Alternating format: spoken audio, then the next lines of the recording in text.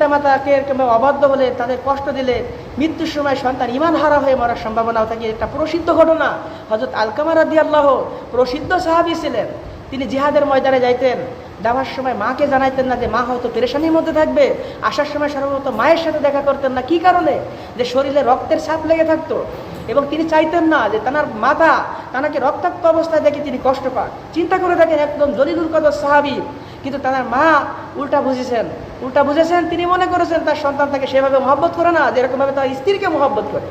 এই একটু সাধারণ গলত একটু ভুল বোঝাবুঝির কারণে দেখেন হযরত আলকামা রাদিয়াল্লাহু আল্লাহ রাসূল সাল্লাল্লাহু আলাইহি ওয়াসাল্লাম যখন মৃত্যুর সময় কালেমা তালকিন করাইতেছিল, তখন আল্লাহ রাসূল সাল্লাল্লাহু আলাইহি ওয়াসাল্লাম তখন দেখে আলকামা রাদিয়াল্লাহু কালেমা পড়তে পারছে না। খবর নিয়ে জানতে পারলেন তার মা আছে। মাকে জিজ্ঞেস করলেন তিনি আলকামার প্রতি সন্তুষ্ট আছেন কিনা। আলকামা রাদিয়াল্লাহু বললেন যে না, আমি তার প্রতি অসন্তুষ্ট। কি জন্য অসন্তুষ্ট তাও জানাই দিলেন। আলকামা রাদিয়াল্লাহুর মা ক্ষমা করতে রাজি নয়। আল্লাহ রাসূল সাহাবাদের যে একটা কৌশল অবলম্বন করলেন কিভাবে আলকামা রাদিয়াল্লাহু মা থেকে তাকে ক্ষমা পাওয়ানো যায়। সাহাবীদেরকে বললেন, যাও তোমরা লাকড়ি সংগ্রহ করো, আলকামাকে জীবিত একেবারে দুনিয়ায় থাকতে আমি আগুন দিয়ে পোড়াই দিই। আলকামা রাদিয়াল্লাহুর মা যখন জিজ্ঞেস করলেন, ইয়া রাসূলুল্লাহ কেন এই আয়োজন করা হচ্ছে? বলে, তুমি যদি ক্ষমা না করো, তোমার ছেলে যদি কালেমা না পড়তে পারে, যদি বেঈমান হয়ে মারা যায়, সে তো জাহান্নামেই জ্বলবে। আলকামা রাদিয়াল্লাহুর মা তাকে ক্ষমা করে দিলেন।